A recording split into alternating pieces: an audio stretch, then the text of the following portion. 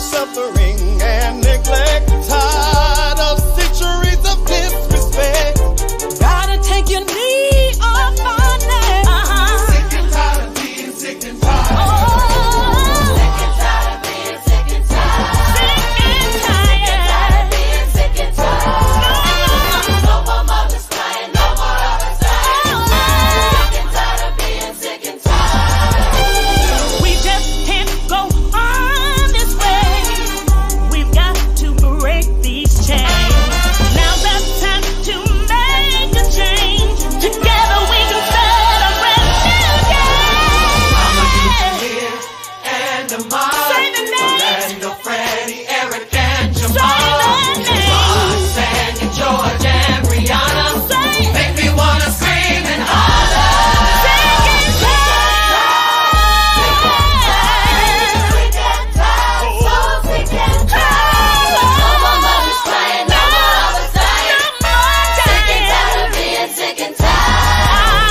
Sick and tired of being sick and tired. Sick and tired of being sick and tired. No more mothers crying, no more others dying. Sick and tired of being sick and tired. We can't breathe. No more mothers crying, no more others dying. Sick and tired of being sick and tired. We can't breathe. Sick and tired of being sick and tired. No justice, no peace. Being sick and tired. I'm so tired. Being sick and tired. No justice, no peace. Being sick and tired.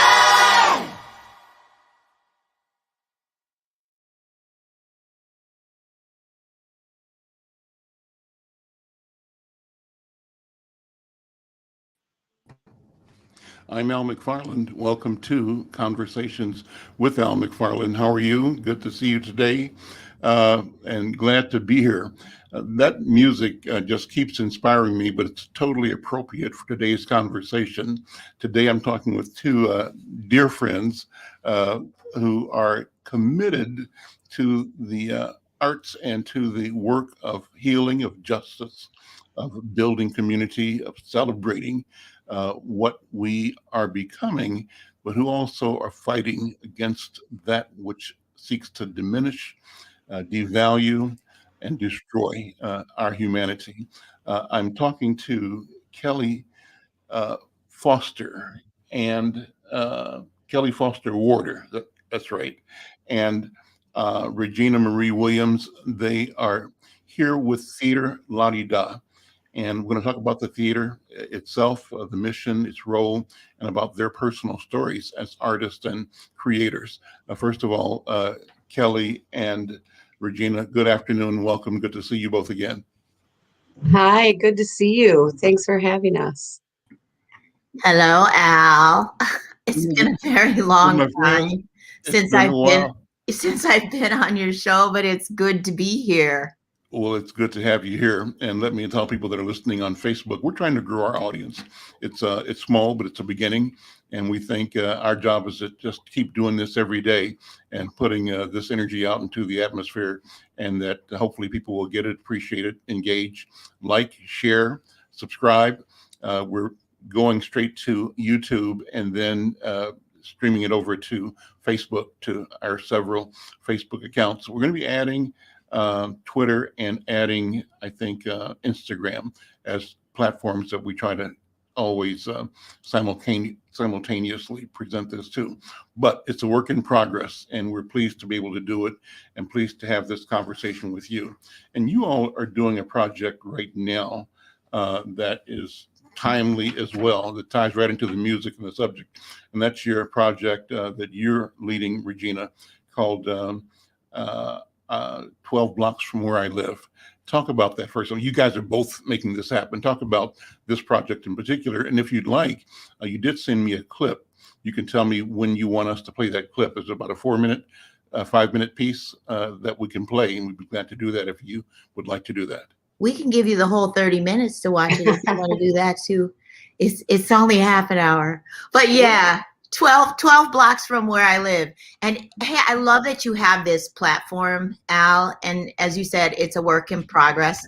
It sounds like me. I'm a work in progress. Mm-hmm. And that's kind of how this piece came about, is that I have been in the process of finding out what my activism is. How is it that I march in this world? You know, art as activism. And I love that Sounds of Blackness. Shout out to the Sounds of Blackness. I'm a former member. And I just, how do we do that? What is it that we do? So I started photographing what has been happening in the town after the uprising. And prior to that, I had been photographing birds and bees and wildlife and people, because I had a little extra time as we had been on, as COVID approached us and sort of pushed us out of our work, and we had a little extra time on our hands. And so I picked up my camera. So that's how I started this particular project. And then Kelli reached out to me. We're good friends, and Theater La Di Da reached out to me and said, you know, how about we use some of those photographs? What would you like to do? What would you like to do with that? And we started talking, and that was how we came about 12 blocks from where I live. I told her about 12 blocks from where I live is where George Floyd breathed his last breath. And she said, I like that as a title, 12 blocks from where I live. Well, it's so important because it is where we live. It's what we're dealing with every day. It's not something that's other. And so the immediacy of that, I felt like was really, it's hard, but it's important for people to understand. And at Theater La Di Da, if you're not familiar with Theater La Di Da, they've been around. I'm new on staff there, but have choreographed and worked with them for a number of years. But they've been around for 20 some years trying to reimagine stories that we've heard before in a way that makes it more accessible for lots of folks. And the artistic director, Peter Rothstein, is a brilliant guy. And like all of us in the theater world, we were the first to stop working and will be the last to come back. And in the meantime, we said, what stories can we tell that matter right now? And how can we get artists working? How can we connect the community? And so Peter actually came to me and said, I love Regina's pictures. What can we do? And so anything that Regina Williams is in on, I want to be in on it too, because she just, you're right. We want to do it together. And so what I think is really special is we started a series. We have a series of these, and we wanted to start with 12 blocks because it felt like a really important story to tell, and we wanted to prioritize it. And so gathering together Sanford Moore and Regina and saying what songs can help bridge this story together. The important thing about this series for La Di Da is that it's the artist's words. So we didn't want to say, hey, Regina, here's some stuff we want you to do, which is cool. That's part of theater. But in this series, and especially in this number, we wanted to say, what do you want to say? And Regina is so beautiful with her words and tying that with her eye as photos, and then choosing the songs that can touch our hearts and move people forward. And I would just say, for those of you that haven't seen it yet, you can go to latida.org and see it. But more importantly, what I love about what Regina and me, humbly helping, is that there's the truth of the pain in it. And there's also the beauty of our community in it and the hope in it. And I feel like in 26 minutes, you can cry with us and you can grieve with us, and then you can get off your butt and find your activism with us, to Regina's point. The arts is a mirror, but it's also a pointer. Like, this is where we have to go. And I feel like Regina created something that points us in a direction, and I'm so grateful. And La Di Da is grateful to be a part of it, for sure.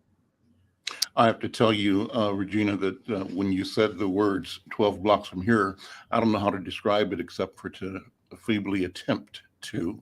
I got this familiar feeling. It's like a crinkling in the back of my head or on the inside of my scalp. And it's a crinkling that suggests to me the presence of the Spirit, right? And so even your articulation of your energy, your intent, your plan, I'm acknowledging the visceral impact in a positive way. And so just want to say that to you, because I think it's important to acknowledge when and where the Spirit is at work, and I tell you the Spirit is at work right now in this conversation. So let me tell people a little bit about you, just from the notes I have, and about you, Kelli. 2 or 3 sentences. Regina is a member of the Penumbra Theater Company and a core member of 10,000 Things Theater. She's performed at the Guthrie Theater at Pillsbury House, at Milwaukee Rep, and at Ordway Center, among others. She's also performed as Nina Simone in Christina Hamm's Nina Simone for Women at Park Square Theater earlier this year. That might have been last year, I'm not sure. When this note was written, you can tell me. And she's a 2007 McKnight Theater Artist Fellow. She's received an Ivy Award for her role as Mama Nadi in Mixed Blood Theater's Ruined. Well, there's more. That's great. That's a beginning. And then just a little bit about you, Kelli Foster Warder.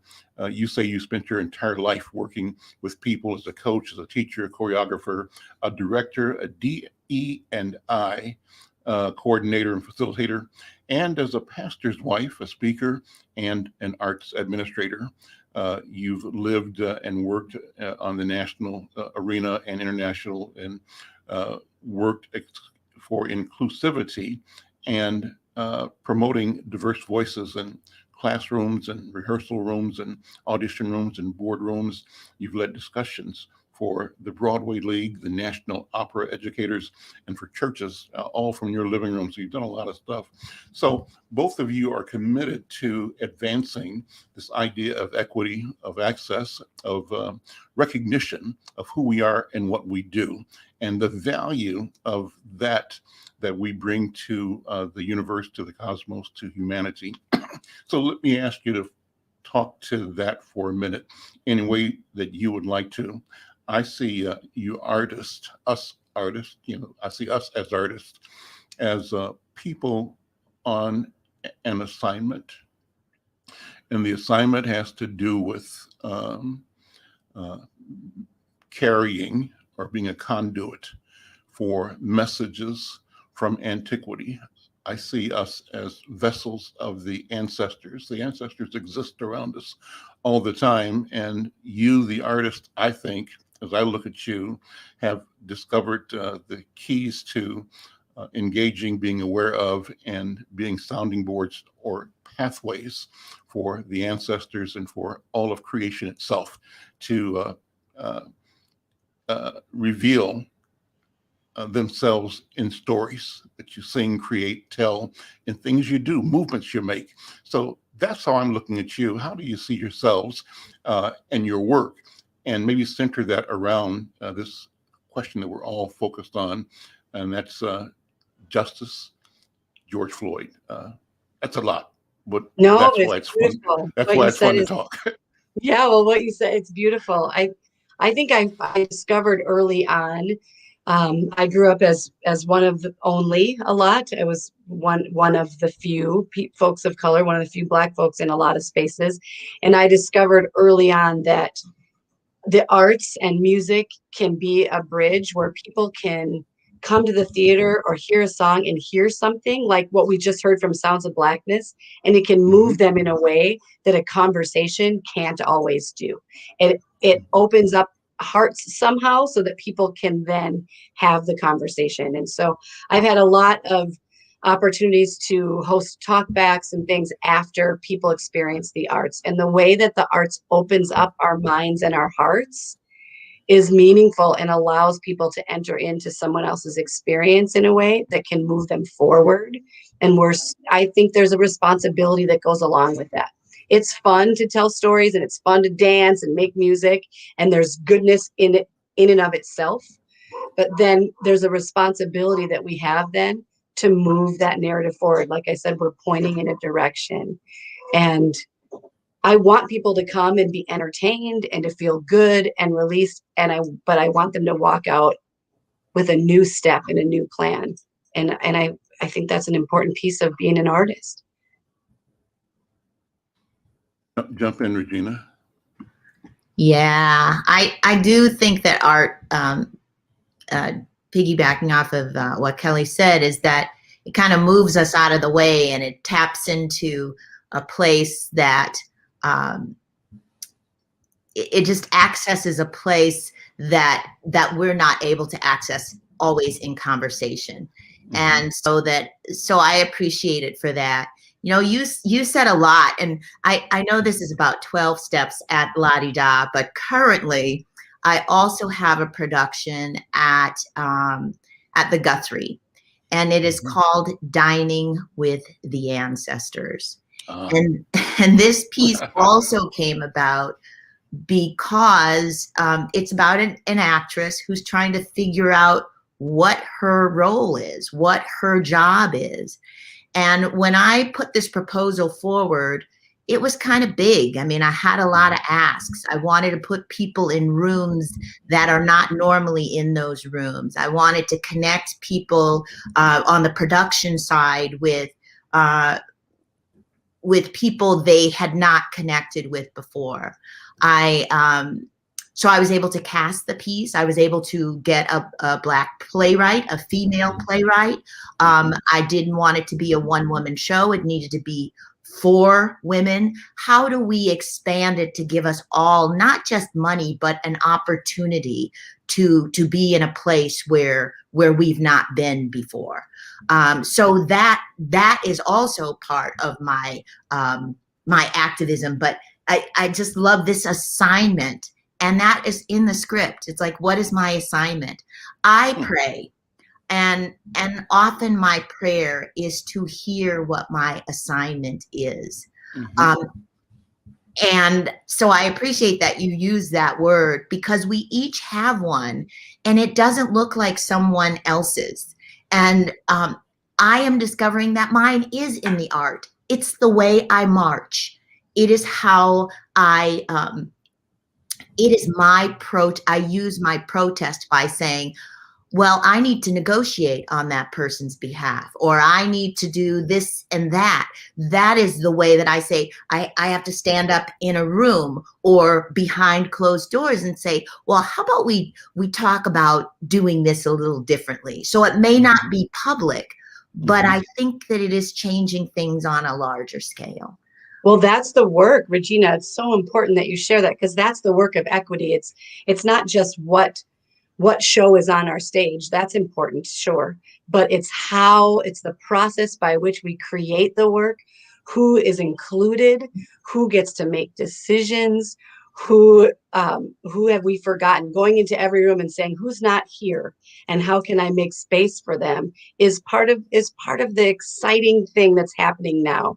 And it's heartbreaking that it takes such tragedy. And I would be remiss if I didn't mention the tragedy we've experienced this week in the killing of the folks in Atlanta, and especially the Asian American women, but all the life that has been taken in the name of racism and bigotry and hate. And we are in a moment where people are more loudly, more confidently saying, nope, this is not how we're going to get this done. We have to do something different. And so it might seem small, your piece, your assignment, but it's not small to the person that you invited, or to that actor that got a chance, or to the influence, I think, Regina, that you had in the rooms with people that hadn't thought about the things you brought up.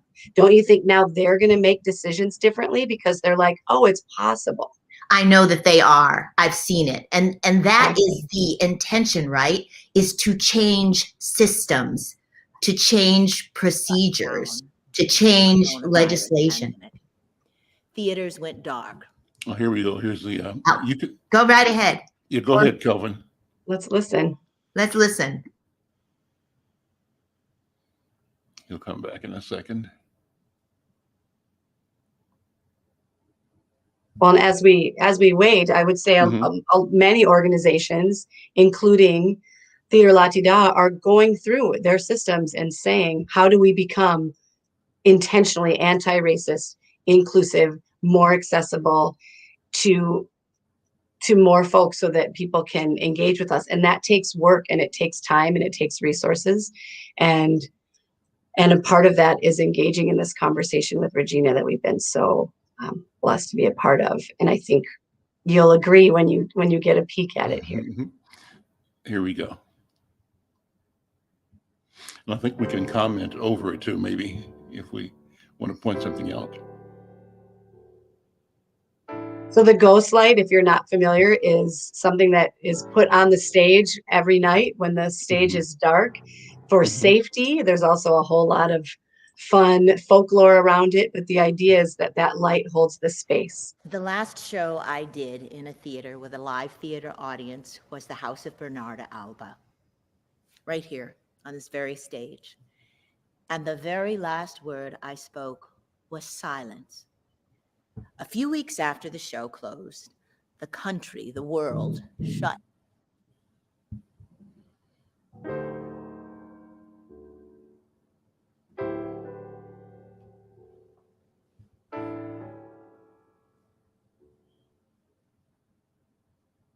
Looks like we might be having some loading. Mm-hmm. Mm-hmm. But even that, is Regina not captivating? Just her sitting on the screen. You're like, it's so beautiful. Well, hopefully it will kick back in. He says just a moment in the chat, so that's fine. He'll come back to it. Yeah. So talk about it till we get back on, Regina. Yeah, this was an opportunity for me to find out, to put words to that spiritual, that feeling, or those thoughts that I couldn't really connect. I love it. You know, I love being on shows like this and talking to people and having questions posed to me, because it helps me really define what it is that I'm doing. It takes me a while to process things. So it took me almost a year until I did this project, or just before it. So I think it's interesting that it was just before Kelli reached out to me that I was able to articulate what that process was I was going through. I feel something and I think about it. And then it takes me a while, and then I process it, and then I can articulate it. And so to me, it was really exciting to do so, because then it allowed me to create something like Dining with the Ancestors, which I hadn't really, or to complete that work. So, and it's helping me, it continues to help me on my path. So I am really grateful for the opportunity to be able to do that. And there are two people who are in the show with me, and that's Thomasina Petrus. And you probably know her from her Cashew Brittle and her absolutely. That's my buddy. And Thomasina is one of my buddies. I love Thomasina. Yeah. And that amazing voice. And so she's in she is in 12 Blocks, and so is Amy K. Bryant. And it's interesting because I thought about it. I go, they were both in the first show that I conceived, which was Nina Simone for Women several years back. I conceived that, and we chose Christina Hamm as the playwright. But I said, Thomasina has to be in this, and Amy K. Bryant have to be in it.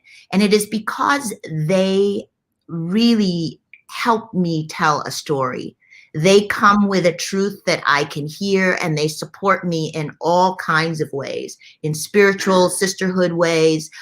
When they are in the room, they amplify my voice. They amplify the story. And that's why they were chosen on this. And we originally, you want to talk about, Kelli, we talked about we are all mothers. Well, that's what I was just going to say. Yeah, we are all mothers. That was great. Yes.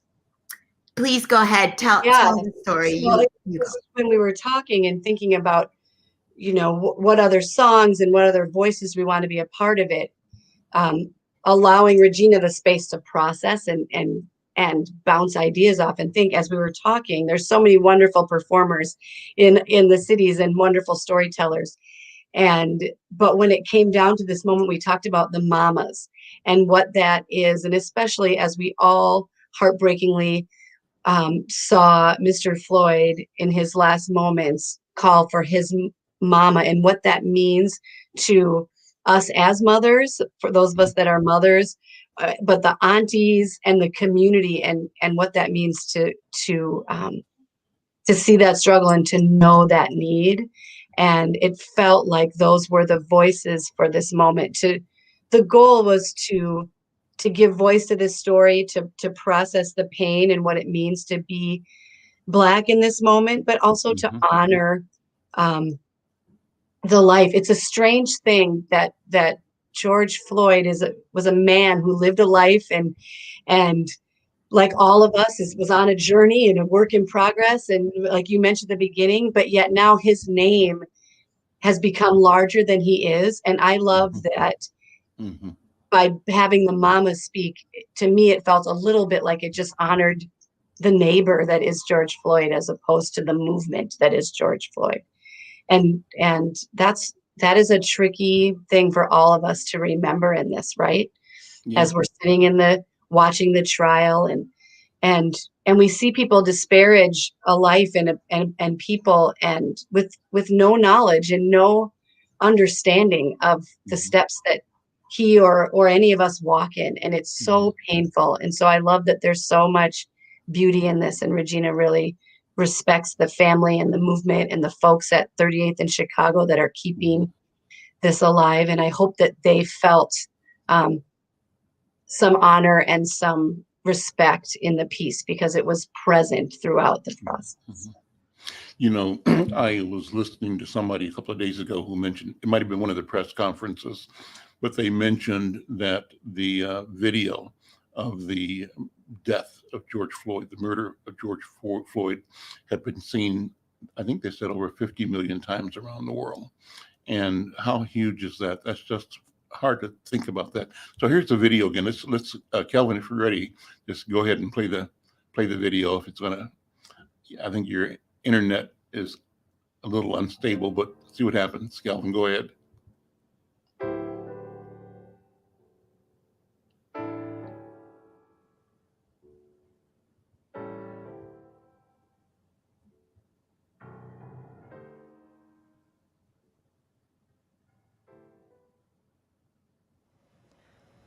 The last show I did in a theater with a live theater audience was the House of Bernarda Alba, right here on this very stage. And the very last word I spoke was silence. A few weeks after the show closed, the country, the world, shut down due to the coronavirus pandemic. Theaters went dark, restaurants were closing, students were being sent home from college. The streets were empty. There was this quiet, a silence that was, for me, somewhat pleasant at first. My husband, Tommy, and I began a new routine. We were obsessed with jigsaw puzzles, and I picked up a camera and started photographing birds and other wildlife. Every morning, I'd head out on my bicycle. I hadn't shot this consistently in, say, 5 years. And I'd go out every morning like I was going fishing. And I'd bring back my catch for the day. The great blue heron, or the great green heron, or an elusive warbler or flicker, or a common but extraordinarily striking stained glass blue jay. I'd post the photos on social media and get really great feedback from folks who were just delighted to see the colors and were excited and just pleased that there was nature, whether it was a blurry photo or not. People were surprised that all of the photos were taken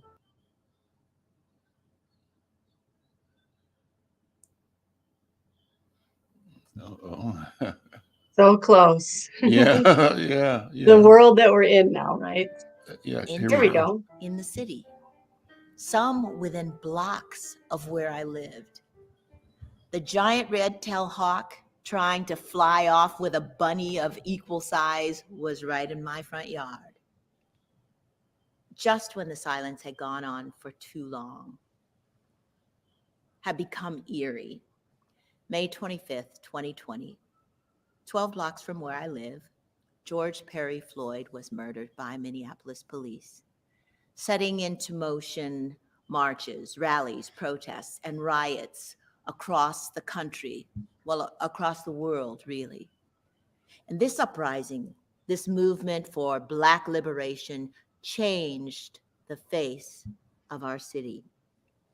There was destruction, more violence everywhere, from police, outside agitators, and rioters, burning buildings, burnt out buildings, boarded up buildings. The call was for justice, justice for George, Black liberation. I set out to safely document what I saw.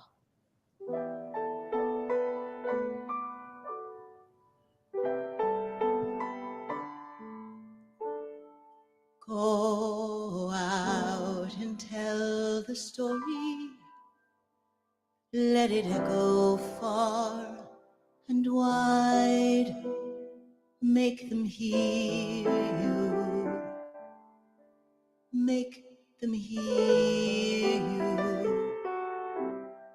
How justice was our battle and how justice was denied. Make them hear you. Make them hear you. And say to those who blame us for the way we chose to fight, that sometimes there are battles that are more than black or white. And I could not put down my sword when justice is my right. Make them hear you. Make them hear you. My path may lead to heaven or hell, and God will say what's best.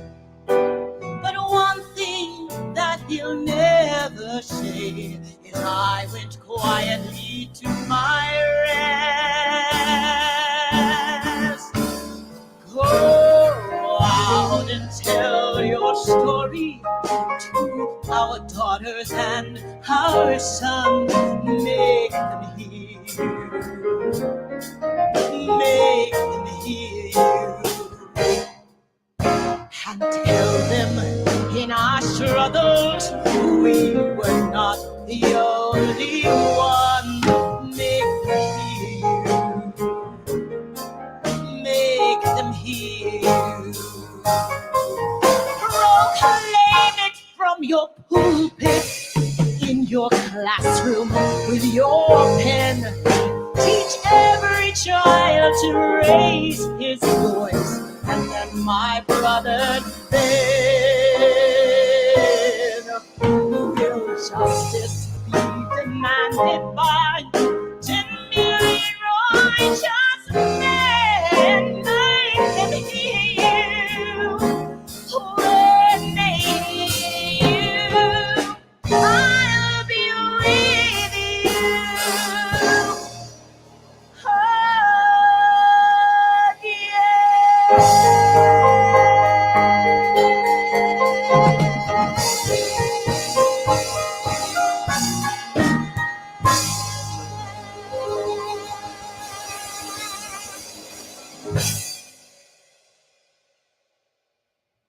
I set out to document what I saw.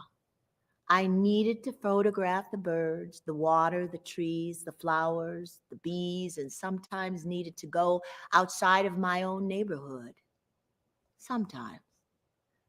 Because sometimes you just need a break, a rest from the turmoil and trauma of the world, political chaos, destruction, hunger, economic state of affairs, and for me, the violence against Black bodies. Because I too witnessed the murder of George Floyd. I too read on Twitter the comments that I should teach my Black son how to better respond to police and not to run from police, then maybe he won't get shot. I too read the comments about Mr. Floyd's past, suggesting he may have deserved to die, as he did. No one deserves to die as he did. Those are images of hatred, words of hatred. They lack understanding and a great deal of compassion. And 24/7 of that kind of talk will break you. We could pause there probably. I think you're muted, Mr. Al, but I'd love to hear. Yeah, I think this is fascinating. We can either pause or listen to more. I think this is beautiful. What do you want to do? It's up to you. Well, I mean, since you asked, I would actually, I haven't watched it with Regina. We've like gone Let's back watch and forth and edited it, but I'd love to just hear your response to seeing it, Regina. You know, I've seen it so many times, and your response as well. Those pictures are so, it's just beautiful and hard. You know, every time I see the pictures, I'm moved to the moment once again. I'm surprised, and I'm really pleased that I was able to capture the moment with my camera, because sometimes it's not focused, or sometimes you know, the picture's over here and your camera's over here. But I'm just so pleased that they are able to help tell the story, my story, our story. And then that song, how it just opens you up, and you have and it really boosts. I think it really boosted. And I went, oh, I have a tear. I'm crying about my own work. That felt a little embarrassing, but I'm really pleased with the piece. I'm so proud of it. And I think it's honest, whatever anybody thinks of it. I have to say that it's honest, and it's my story. That's what it is. Well, the song Make Them Hear You is from the musical Ragtime, and it actually happens at the end of the show. And so we talked about where does it fit in this piece. And I love that we chose to put it first, because it opens us up, and it says, this is about all of us. Like this isn't a sit back and be entertained. Like this is about each of us and our assignment to what we've been talking about. And it's also normally sung by a man. It's sung by the character Coalhouse when he's his fiance is killed by the police, and he's a Black man who's looking for justice, and he does not get it. And so putting it at the beginning, sung by a Black woman, when in opening our hearts to the justice that we are not seeing, I think at least has power for me. I think what I've seen is powerful. The music, the presentation, the statement of the music, and the spirit of the music, and the piano work and the drum work just lifts you. The drum takes you by surprise at a certain point, right? And pushes you up into being fully engaged and awakened to the urgency and to the power of the story and of the moment. So I think this was masterfully done, is masterfully done, and beautiful. And it just makes me raise the questions that you are raising again. And, just the thought of make them hear you. That's the assignment again, right? Make them hear you. And so as you receive and represent that, Regina, how do you feel in your spirit people are capturing the message? I think they get it, and they're gonna get it. But as the deliverer, what is the impact on you in executing that assignment to the audience and to the world? The assignment, make them hear you. What do you think? Yeah, it's about communication, right? And it's a two-way street. So I can put it out there, but if no one hears me, then I just got it off my chest. But you're never satisfied unless someone hears you.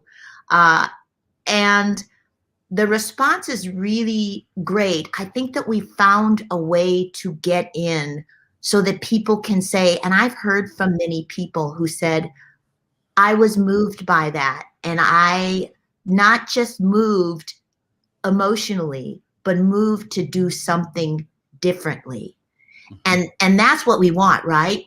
And I think one of the things with theater that to me is so exciting is that it's lasting, that you don't have to make that decision right now, but you can start the process. Because I'm in the early stages of my process. And maybe we've been doing it all along, but at some point you got to rev it up a little bit to get it moving. You got to name it. You got to name it. And because you have the resources of your history, then you can take all that, your history, your ancestors, because now you've heard it all, then you got to do something more with it. And I just see that theater is my, it is my platform, at least one of my platforms, not just on the stage, but backstage, in the director's room, whoever's ear I have. How am I going to change all of these processes? How am I going to make them hear me? And it isn't going to be about yelling always. It's going to be a way, however I may need to change my approach for you to be able to listen. Well, and I would add too that we're all on a journey. So what we just need to get on the train. So in the song it talks about, like, we just can't keep watching it go by and go, look at the nice train. We need to get on and say we're a part of this.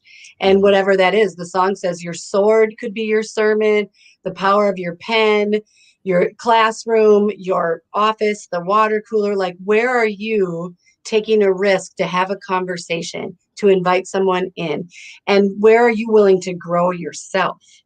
Because I feel like after almost a year now of this conversation, some folks are getting some anti-racism fatigue. And I want to say, to the white folks that might be feeling like, I collected groceries, Yeah. I did this, and now what else do I have to do?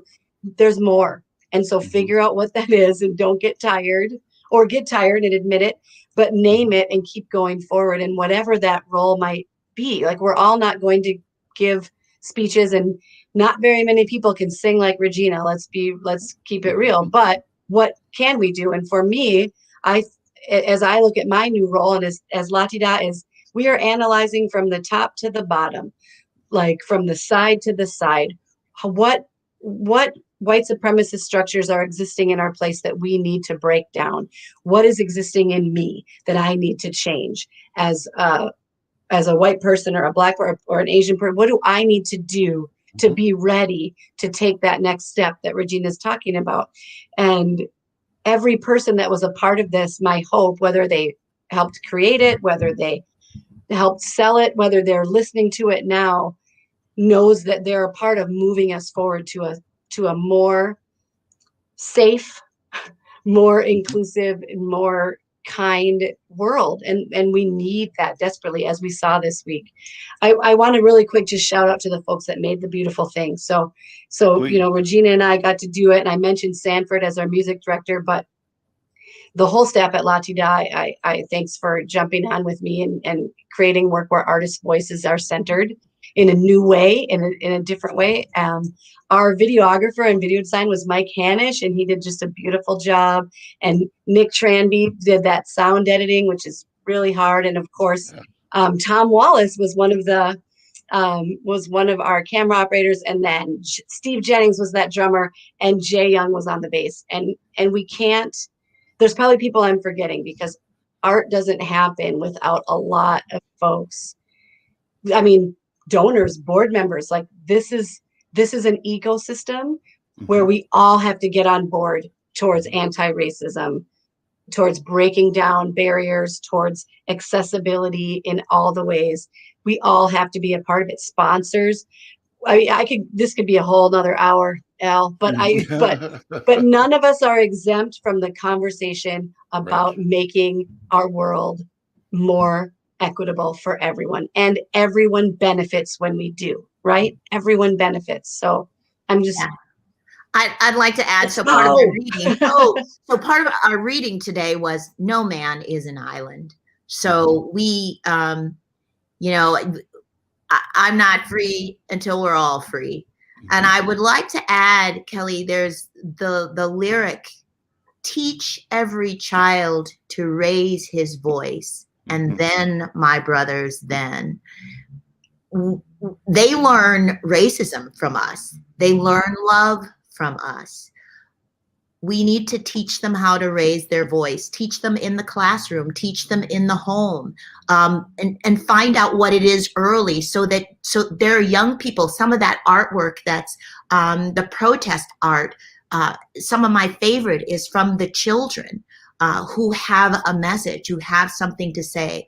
How are we trained, just like we're trained to do a job, how are we trained to be participants in the society in which we live and make our contributions? You know, I'm not sure why this thought has come to my mind right now, but I'm thinking back right now about what happened in Atlanta a couple of days ago, right? And here's a young guy, a young white guy, that shoots and kills, I think maybe 8 people, maybe it's 9. 6 of the 8 or 5 of the 8 were Asian women, creating a discussion around the world about the experience of the Asian and South Indian Pacific Islander community about being under siege more aggressively than they had been, so much so that they are feeling the need and taking the responsibility of crying out to, humanity, saying something's going on here that's not right.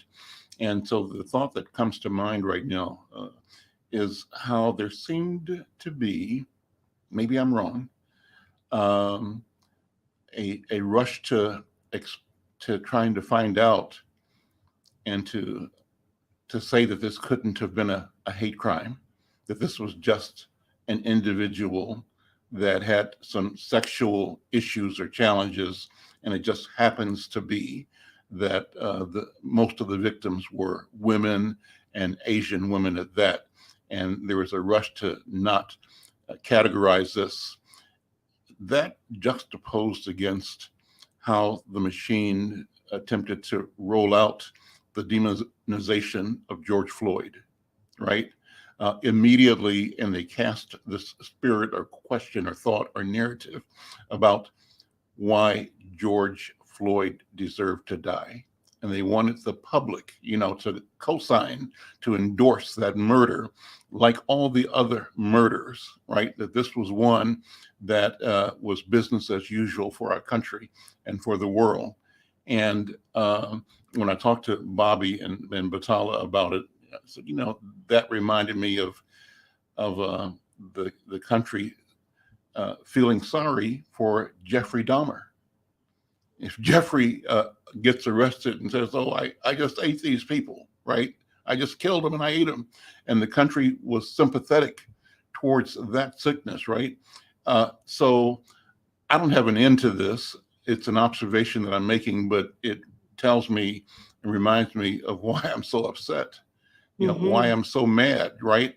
And reminds me of how important it is that I make them hear me, that I raise my voice, and that I do all I can to make sure that every other voice of our people on the planet is raised, is free to speak the truth. And the truth has to be a truth that allows our people to win. Number one, a story, a narrative in which we win. And the beauty of that is, as we tell that story, winning is not what they call winning. The winning we're talking about doesn't mean they have to lose. Right. The winning means exactly that everybody can win. Yes. That winning is like, yes. Where it's survival is winning. Breathing is winning. Everybody must breathe, right? It's breathe, winning, and being able to check our assumptions and be honest about it. The thing that's making me so churned about there's so much that's making me churned, but one thing is be honest. When we see the two ways that we're treating folks, we need to be able to call that out. And that's not emotional, and that's not, these are facts in front of us. And now what are we going to do to break down those systems? And until we all can recognize just reality, facts, we're in trouble. And so we need folks in power to acknowledge what is happening. And why, when someone kills people, is our first response when they're white to think of a reason why, as opposed to, and I guess that there's some humanity in that, right? So then let's just do that across the board then, right? Like equity means that we're just looking at each thing for what it is and treating it with truth. And as a person who's an artist and an arts administrator and a mom and a teacher, all I can do is with grace, step into it and ask you to see, right? And I'm so like, this platform is so wonderful. And I'm so thankful that you are keeping at it so that people can have these conversations in a safe place to hear it and grow from it. And that's what we hope 12 blocks from where I live has done, is someone can sit in their house and let their assumptions be challenged for a hot second and say, here's an artist that I respect with a talent that I know, and these are her words. Let me take that in and respond to that without defensiveness, without judgment, but just say, wow, this is a human that I am connected to that's in pain. What is my role in helping to mitigate that pain and make sure we don't have another family going through what our community is going through now? Well, listen, this is the end of our hour. It's been a great hour, a great conversation. I'm loving being with you and listening to you, sharing with you. Thank you so very much. Take a minute to just remind people how they can connect to this work, to the theater, and Regina, to your other projects as well. You've got many going, but let's invite people to be aware and to support and to find healing, because healing is at hand. I believe that. Yeah, I believe that too. Go ahead, Regina. Kelli, I thank you so much, Al, and thank you. Your comments about the situation in Atlanta and the situation in this country, and you said, "Why am I so upset?" It reminded me of Nina Simone's song, Mississippi, and why is she so upset? It's because you keep killing us. And you have an excuse for it. Or it's okay, but there is an excuse or a reason why that person is having a bad day. So that person gets to kill 6 people. I want to find a way for them to hear us. And it's okay that we're upset. We should be upset. They should be upset. The project that I have going on right now at the Guthrie Theater, GuthrieTheater.org, is titled Dining with the Ancestors. Dining with the Ancestors. And it's free. It won't cost you anything. You just have to go on and get a ticket. And it runs through March 31st. And I hope you can see the talents. Thomasina sings over it. It's I think it's a great story, and it's only the beginning, and it's 32 minutes. Kelli, can you tell them how they can see 12 Blocks, please? Sure. 12 Blocks is at latida.org, and you can look up the Ghostlight series, and you can even learn about the anti-racism work we're doing. And we'd love to continue the conversation about this in any way we can, and about how we can support the community. But you'll find lots of artists telling their stories through Theater Latida, and explore and figure it out. But know that there are many theater companies that need your engagement right now, that need you to help them be able to continue to. Artists are workers, right? They're artists, and we fantasize them, but they need to pay their bills and pay their rent, and we want to get back to work. So wear your masks and support your arts organizations so that we can keep telling these stories and keep pointing ourselves forward with encouragement and healing. Thanks. This is amazing. Well, let me offer this platform to you and the community at any time. I think what you do is so necessary, so important, and essential. So listen, thank you so much. I'm Al McFarland. This is Conversations with Al McFarland. I'm so happy to have had this hour with Kelli Foster Warder, who's the Associate Director and Director of Impact at Theater La-Di-Da, and with Regina Marie Williams, the gifted and talented genius actor whose production is now being presented at Theater La-Di-Da. The production is 12 blocks from where I live. She's also got a production going on right now at the Guthrie Theater. Listen, guys, thank you so much. And we'll see you next time, okay? Thank you. Take care. Bye-bye.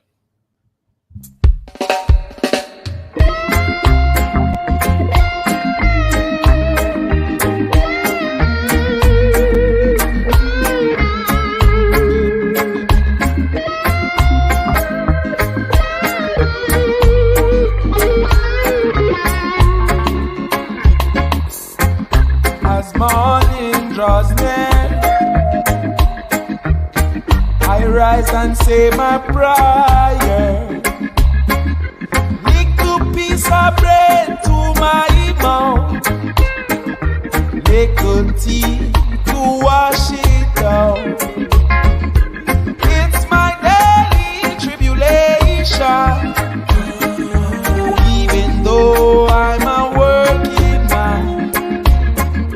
I work so hard to make ends meet, soldier, with one suit and one shoe to my feet. Days are getting so hard, yeah, but I got to keep on pushing on this 9 to 5, working to stay alive. 9 to 5, working till the sun goes down. As the sun sets in the west, I pack my things and head on home, thinking about tomorrow's journey as I try these streets alone.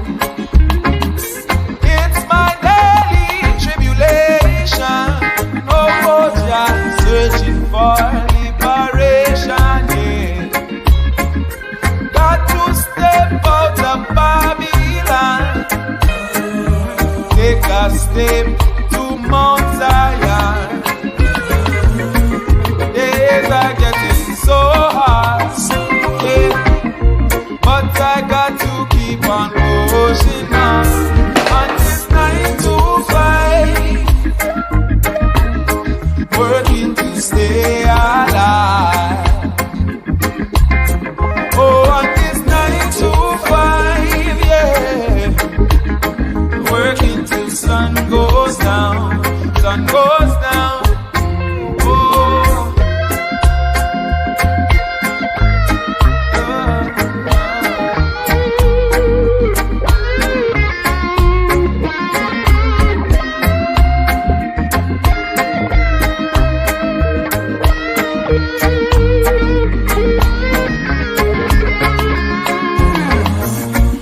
days are getting so hard, yeah, but I got to keep on pushing on this 9 to 5, working to stay alive. Oh, on this 9 to 5, working till the sun goes down, sun goes down, sun goes. On this 9 to 5, yeah, working to stay alive. Oh, on this 9 to 5, yeah, working till the sun goes down. Oh, Lord, got to keep working, got to keep working. working.